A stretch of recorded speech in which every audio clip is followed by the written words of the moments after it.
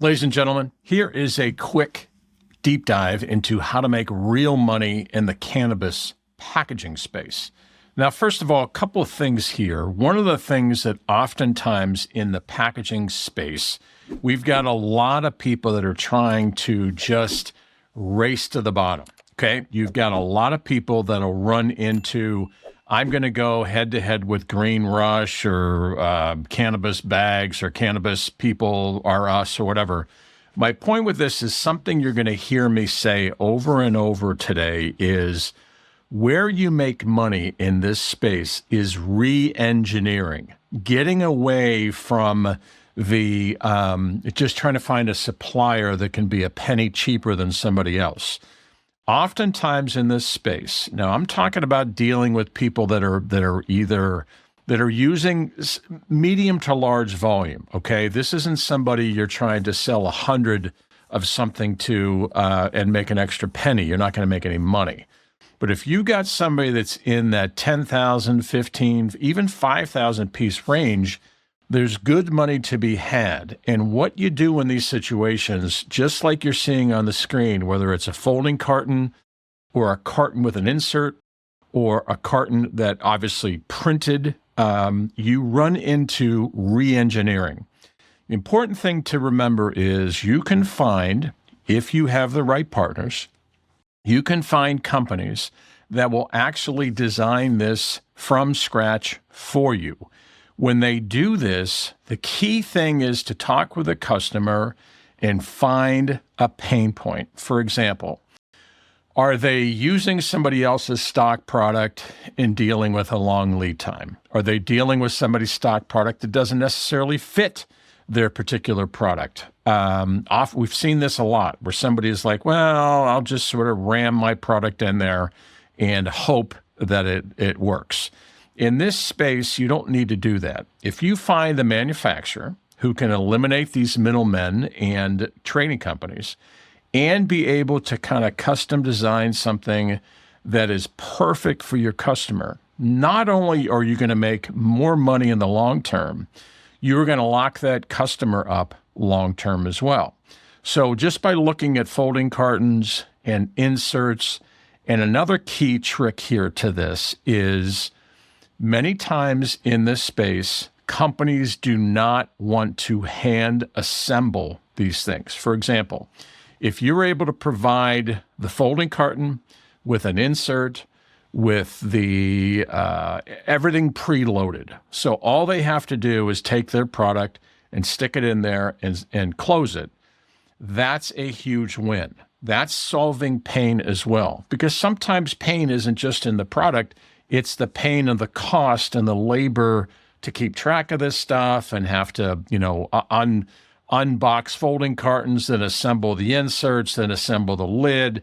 If you can do these kind of steps where you're re-engineering and helping them be more efficient, that's another 15, 20% profit margin you can get into. Okay, so that's slide number one. Number two, these are the kind of things that you can see out there. These are the resealable, I guess you could do for aluminum cans. And oftentimes, and it's not just in the beer business, but often in the cannabis space, they use these to try to reseal their liquid products. And there are some very clever resealable lids that you can buy. Very much like I was talking about with the folding cartons, you can go down this path and again, create your own lid or tab or resealable lid. When you can do this, you are able to kind of eliminate several of these manufacturers, go direct, and make a higher margin.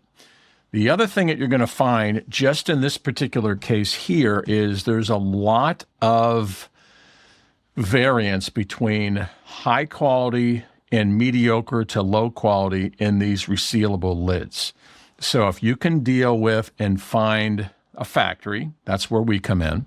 When you can deal with and find a factory that can engineer and find superior solutions and designs, this is another way you can really eliminate your competition and get into a higher margin piece of packaging for this particular industry. I hope you like this content. If you want more of it, I put together a specialized packaging alliance, a group of packaging professionals that are in different facets of this industry. We have webinars, we have meetings. The idea is to share information about this great industry of packaging, whether that be from the sales side of things to the marketing, even to the end users. My point with this is I'd love to have you join us, the Specialized Packaging Alliance. Check out the link below to learn more. Thanks. Here's another example. Oftentimes in the cannabis space, or even in the cigar space, in this particular case, you've got these companies that sell laminated materials to either keep moisture out or put moisture in. Now, obviously in the cannabis space, you don't want to give it moisture, you want to keep moisture out. But if you're looking at something like re-engineering these cigar bags, different industry, but same concept, to be able to take somebody's premium product like this, whoever this company is, and be able to dissect it and then be able to reconstruct this into the same exact layers, suddenly you're eliminating somebody else's stock product, you're eliminating somebody else's manufacturing cost and carrying cost, and you're doing this yourself, okay? Huge swing when you get into these situations where you're trying and you want to get into a space where right now going head to head with another manufacturer, you're not going to make a lot of money. But if you can re-engineer, and if you can find a factory that'll do it somewhat different or somewhat unique, or add a version, or do some extra stuff that's not going to cost you any money, it's these kind of value add features that are going to get you to the next level. These are the ways you're going to make big or bigger money, okay? Another one here is we're looking at these child-resistant, I guess you could say spout and caps. Now, another thing in this world, the child-resistant part is a big part of the cannabis space. If you're able to work with a factory, again, re-engineering topic over and over and over again, very few companies, if at all, manufacture these kind of components stateside. If you have a factory that has global reach, if you've got a partner that has global reach, to be able to find factories that either have stock tooling for this or are able to modify their tooling to maybe fit your particular customer's needs, or make their own tooling at a fraction of the cost of doing it themselves. What I'm saying here is another way of engineering or re-engineering a solution to get into a spot that nobody else is swimming. Does that make sense? If you're able to re-engineer, get into another world, another area that nobody else is able to do, this is going to bring you 25, 30, 40% profit margin versus 5%. Make sense?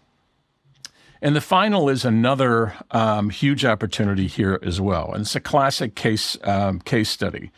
Had a reseller come to us dealing with a very big company in this space in Florida. Now, they found, or the Florida company was buying these jars, and they, again, it was a straight price shop. We need 1 million of these things. Okay, 1 million gets everybody's attention. However, if you're splitting half a penny on 1 million pieces, you're really scraping the bottom, right?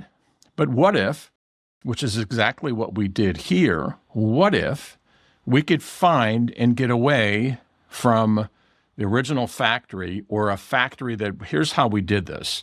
Instead of being in that cannabis space that makes these kind of jars, we went, and this whole thing is injection molded. So we went to another injection molded factory and made our own mold and came up with our own style.